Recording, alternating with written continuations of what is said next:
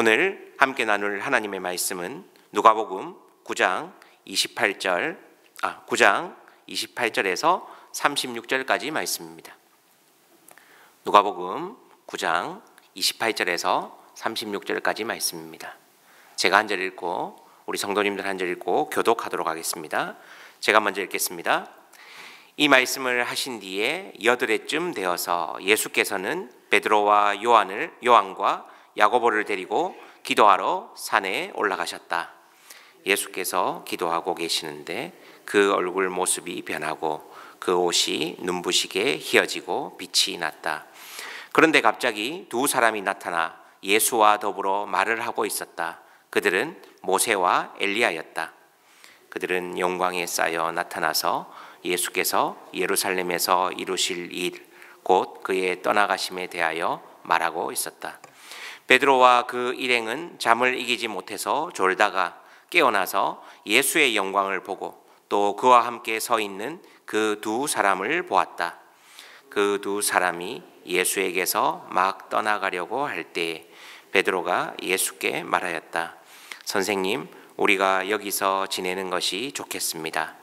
우리가 초막셋을 지어서 하나에는 선생님을, 하나에는 모세를, 하나에는 엘리야를 모시겠습니다. 베드로는 자기가 무슨 말을 하는지도 모르고 그렇게 말하였다. 그가 이렇게 말하고 있는데 구름이 일어나서 그 세 사람을 휩쌌다. 그들이 구름 속에서 들어가니 제자들은 두려움에 사로잡혔다. 그리고 구름 속에서 소리가 났다. 이는 내 아들이요 내가 택한 자다. 너희는 그의 말을 들어라. 함께 읽겠습니다. 그 소리가 끝났을 때에 예수만이 거기에 계셨다. 제자들은 입을 다물고 그들이 본 것을 얼마 동안 아무에게도 알리지 않았다. 아멘. 우리가 앞선 9장 21절 이하에서 예수님께서는 자신의 죽음과 부활, 자신의 순환과 부활을 미리 제자들에게 알려주셨습니다. 그리고 오늘 본문의 앞선 절 27절에 보면 이렇게 마무리했습니다. 내가 진정으로 너에게 말한다. 여기에 서 있는 사람 가운데는 죽기 전에 하나님 나라를 볼 사람들이 있다.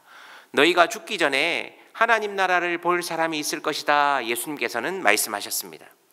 이 27절 말씀의 성취가 바로 우리가 잘 아는 28절 이하의 변화산 사건이라고 할 수 있습니다. 마치 드라마나 영화의 본편이 나오기 전에 예고편으로 보여주시는 장면이 바로 변화산 사건입니다.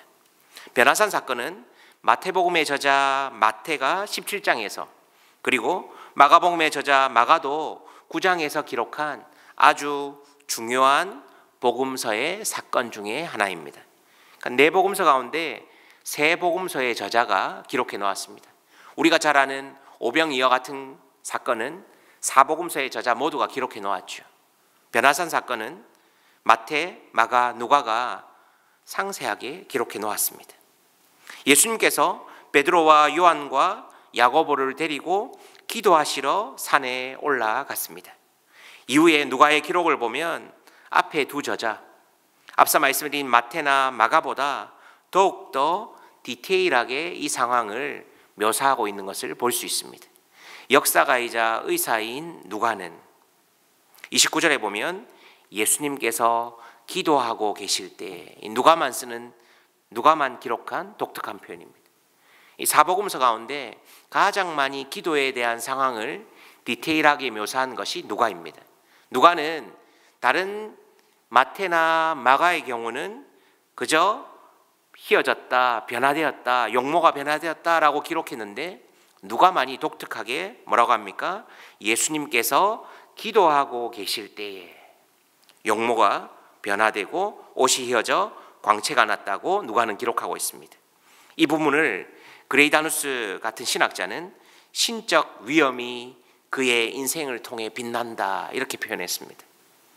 그의 모든 존재에서 빛이 난다고 설명을 했고, 컬러스 같은 신학자는 그의 얼굴 모습이 변화된 것은 하나님과의 내적 교제의 결과였다 이렇게 기록해 놓았습니다. 그런데 예수님의 변화 이후에 두 사람이 나타나 예수님과 말하는 장면이 오늘 나옵니다. 바로 그 두 명이 누굽니까? 모세와 엘리야입니다. 구약에서 모세는 율법을 대표하는 인물이고 엘리야는 선지자를 대표합니다. 이 두 사람과 예수님이 대화하는 장면을 지금 베드로, 요한, 야고보가 오늘날로 치면 이 3D로, 4D로 보고 있는 것입니다. 얼마나 황홀했겠습니까? 내가 앞으로 갈 그 나라, 그것을 미리 앞서 말씀드린 것처럼 예고편처럼 전조로 보여주고 있는 것입니다.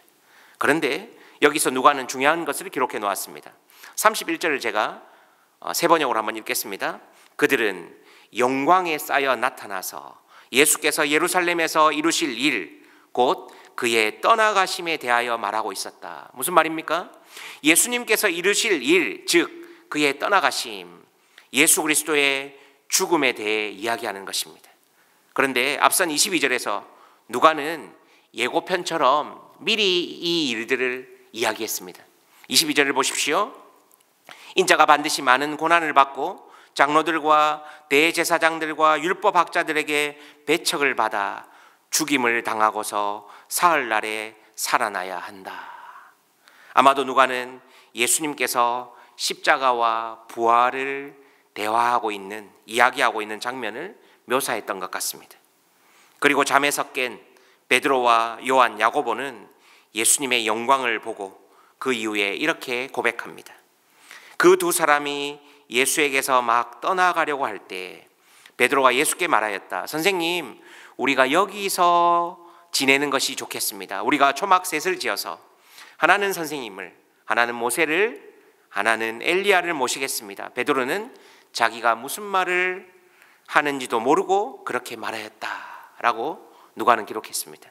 한마디로 무슨 말입니까? 여기가 좋사오니, 여기 초막셋을 짓고 영원히 함께하고 싶습니다.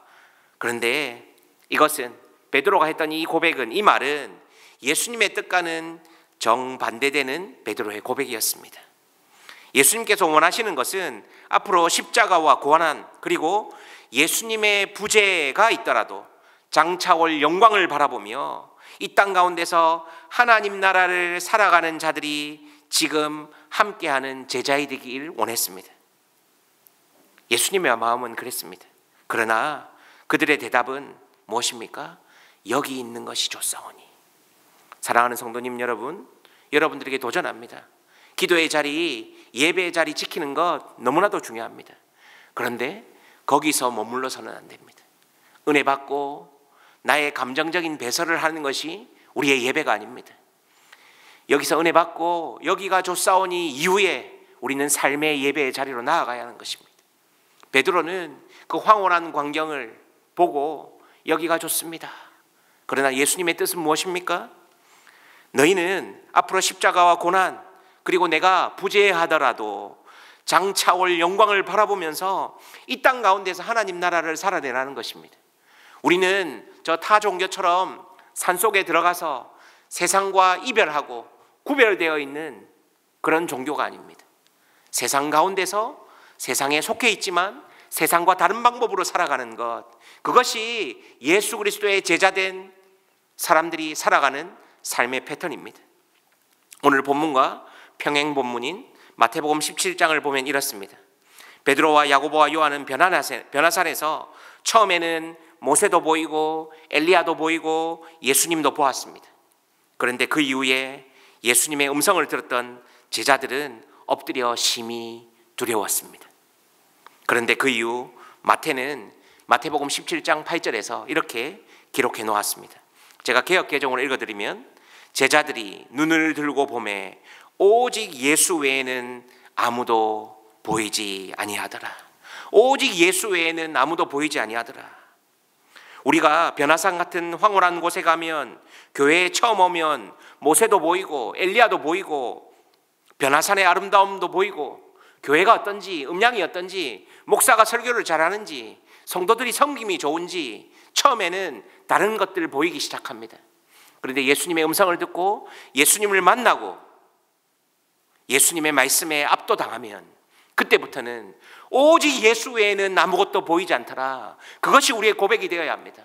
사람 때문에, 환경 때문에, 나의 어떠한 감정 때문에 우리의 신앙의 모습이 왔다 갔다 하는 것이 아니라, 처음에 교회 왔을 때는, 신앙이 미성숙할 때는 모세도 보이고 다른 하드웨어도 보이고 환경도 보이고 사람도 보이고, 이 교회는 어때? 이 상황은 어때? 우리가 투덜투덜할 수 있지만, 예수님을 만나고 그 예수님의 말씀에 압도당하고 예수님의 음성을 들으면 우리는 이렇게 고백해야 합니다. 오직 예수 외에는 아무것도 보이지 아니하더라. 오늘날 우리의 신앙 가운데 얼마나 많은 불순물이 있습니까? 목장이 어떻고, 상황이 어떻고, 우리의 환경이 어떻고, 기쁨, 기도, 감사보다는 원망, 불편, 교만이 가득합니다. 예수님이 베드로와 야고보와 요한에게, 그리고 제자들에게 바란 것은 여기가 좋사오니가 아니라, 하나님, 아무도 가지 않는 곳에 내가 가겠습니다. 하나님, 목장 가운데 아무도 개척하지 않으려는 힘든 곳에, 다른 사람이 가기 싫은 곳에 내가 가겠습니다. 그것이 우리의 고백이 되어야 하지 않습니까? 오직 예수만 바라보며 그 말씀에 순종하는 삶, 더 나아가 십자가만 피하는 삶이 아니라, 십자가만 바라보는 삶이 아니라, 그것을 넘어 십자가를 지는 순종의 삶. 예수님은 제자들이 그렇게 살기를 원하셨습니다. 그런데 그게 끝이 아니라는 겁니다. 부활도 있고 영광스러운 하나님 나라가 있다는 것입니다. 그것을 예수님께서는 제자들에게 맛보게 하셨습니다. 맛보아할지어다. 아직 완전하게 이루어지지는 않았지만 이미 임한 하나님 나라. 그래서 우리는 이미와 아직 사이의 긴장관계에서 살아가고 있지 않습니까? 사랑하는 성도 여러분, 여러분은 오직 예수 외에 그 무언가 다른 것을 추구하며 신앙생활하고 있지는 않습니까? 언제부턴가 예배가 내 은혜 만족의 수단이 되어버렸습니다. 예배는 철저하게 삼위 하나님에 대한 영광이 중요한데, 오늘 말씀이 좋았다, 찬양이 좋았다, 예배가 어떠했다, 철저하게 나 중심으로 변질되어 버린 신앙생활 가운데 오직 예수 외에는 아무것도 보이지 않더라. 저는 도전합니다. 사랑하는 성도님들 고백 가운데 오직 예수 외에는 다른 것이 보이지 않더라, 이 고백이 저와 여러분의 삶의 고백되길 원합니다. 하나님의 영광에 참여하는 인생, 더 나아가 십자가를 바라보는 인생을 넘어 나에게 주어진 십자가를 지는 인생. 그러나 그것이 끝이 아니라 영광스럽게 하나님 나라에서 다시 만날 것을 꿈꾸며 살아가는 우리 은혜샘물교회의 모든 성도님들 되시기를 예수님의 이름으로 기대하고 기도하고 소망합니다. 기도하겠습니다. 하나님 아버지, 감사합니다. 계속해서 누가복음의 말씀을 통해 우리에게 교훈하시니 감사합니다. 변화산에서 베드로와 요한과 야고보, 베드로의 고백은 여기가 좋사오니였지만 예수님의 마음은 그것이 끝이 아니라 그것을 넘어 이 땅 가운데서 하나님 나라를 살아내기를 원하셨습니다. 우리 은혜샘물교회 공동체가 그런 공동체 되기를 원합니다. 하나님, 오늘도 이 새벽기도 이후에 삶의 현장으로 나아가 삶의 예배자로 살아갈 때 예수 그리스도의 십자가를 바라보며 나에게 주어진 하루 분량의 십자가를 지고 매일매일 살아가는 우리 사랑하는 모든 성도님들 되시도록 성령 하나님 늘 충만하게 역사하여 주시옵소서. 감사합니다. 우리 삶의 이유가 되시는 우리 주 예수 그리스도의 이름으로 간절히 기도하옵나이다. 아멘. 이 시간 기도하실 때 우리 첫 번째로는 계속해서 말씀을 생각하시면서 기도합시다. 하나님, 나에게 주어진 레마의 말씀, 나의 귀만 즐거워지는 것이 아니라 하나님, 이 말씀을 살아내는 오늘 하루 되게 해주십시오 라고 기도합시다.